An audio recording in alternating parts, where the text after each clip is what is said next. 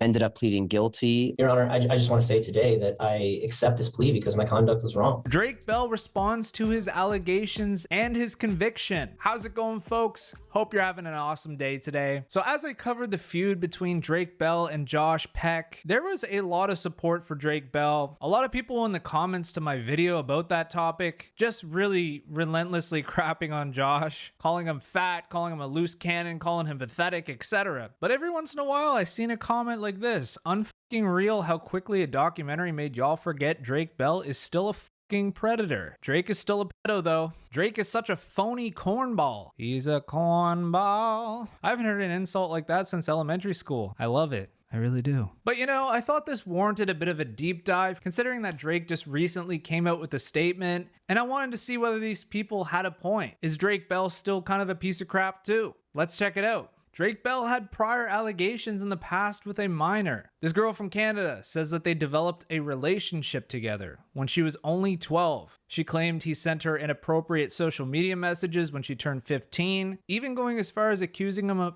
sexually assaulting her while she was underage. So some of her statements were things like, he was calculating, he preyed on me and sexually abused me. He is a monster and a danger to children. He is the epitome of evil. I deserve better than to just be used for his sick desires and for my suffering to be used for his amusement. Jared Drake Bell is a pedophile, and that is his legacy. So the victim makes a lot of hefty claims towards Drake Bell. She's giving statements of grooming, sexual messages, and just manipulation towards a minor. And Drake Bell denies any of the sexual messages and admits to the irresponsibility of exchanging chat with a minor. I'm not sitting here today, Judge, to minimize the conduct of what Drake did, but what was accused here today was a far other world from what we, the state and the defense, had contemplated prior to. Since the time of her allegation, when she claims that this happened, she went to 9 additional concerts. She would message him saying, I miss you. She talks about the hotel room at the A-Loft. So the girl makes claims that she performed oral sex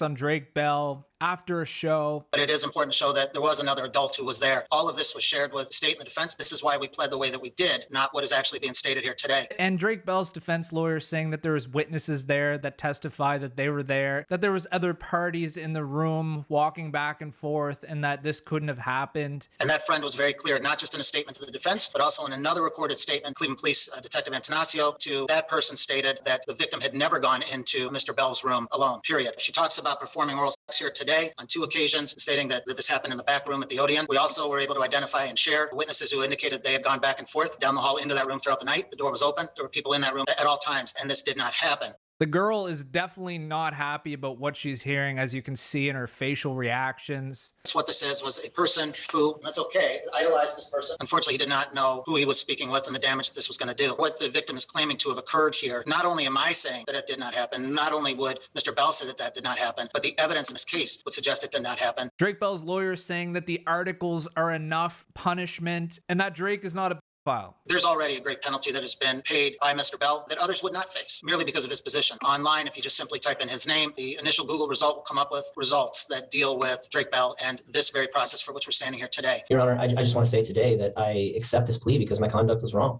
I have taken this matter very, very seriously. I'm sorry that the victim was harmed in any way, but that was obviously not my intention. The court heard a lot of disturbing allegations here today, but these are serious allegations, but they do not involve sexual relations. Oh my God, that judge needs to clear his throat. So today we got... I'm sorry. A grown man does not engage in inappropriate text messages to a teenager. There's a reason why a 14 or 15-year-old does not have the right to drive, does not have the right to vote, does not have the right to serve in the armed forces. They don't have the emotional or mental maturity to properly gauge their conduct. So I think the judge makes some really great points there. The girl's a minor. I've said this before in the past. If you're a minor, you're not able to go get tattoos, you're not able to drink, you're not able to access a vehicle, so you should not be in a position where there's grown adults taking advantage of your situation. Your position and celebrity status enabled you to nurture this relationship, and you were able to gain the trust of this child. You are going to get 1 year on the felony 4, 6 months on the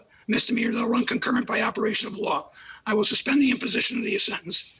You will be subject to 2 years community control sanctions. You will also perform 200 hours of community work service. I have to admit here, like Drake Bell, you really need to and smarten up, especially when you're in power like that. You need to check these people's ages. You need to make sure who you're messaging a fan. Although it's good that the judge came to the conclusion that no sexual activity happened. This isn't the worst story here, but hopefully he learns his lesson from this. I don't think by any means Drake Bell's a predator like people are saying online after I've seen all this evidence. So yeah, Drake Bell was sentenced to 2 years of probation and 200 hours of community service, which in my opinion, I think is quite fitting, as Drake was definitely in the gray area where he wasn't necessarily doing anything with this girl allegedly, but he was messaging her saying like, oh, you're grown up now, like very creepy stuff. Never initiated anything allegedly. So anyway, fast forward, Drake Bell recently was on the Not Skinny But Not Fat podcast, and it looks like he's still trying to explain to people out there who think that he did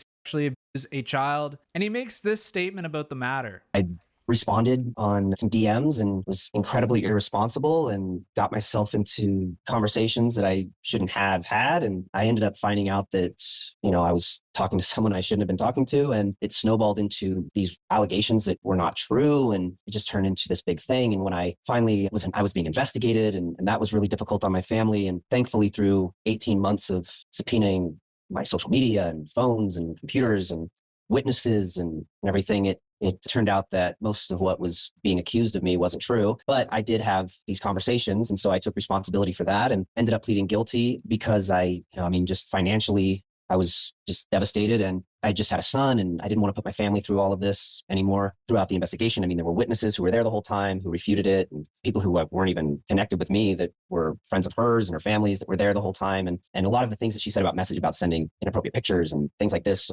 it was able to be investigated and show that none of that existed. That didn't happen. So it's definitely weird that during the trial, he made a statement saying, yes, I was irresponsible. I plead guilty to these charges. I was endangering a child. But then he also goes on this podcast to say, because he was financially in a wreck and he had his kids and stuff, he went through with the plea. Does he agree he went over the line? But we do have to state the fact that the judge has proven that this girl has lied about some of the allegations, the physical ones, which is a huge deal in my opinion. If you're going to outright lie like that, it kind of gives Drake leverage and really takes the credibility out of your accusations. So to conclude this, I think the right thing for Drake to do is probably stay away from messaging fans. He's been married since 2018, so I don't know what I'm talking about. But, if you get a divorce in the future, probably just stay away from messaging fans because you're going to get yourself into some crap. But like I said before, with the girl lying about some of these allegations and Drake kind of confessing and owning up to his crap, for the most part, Drake's married now. I think the dude might get a pass here. I don't know if people are going to hate that.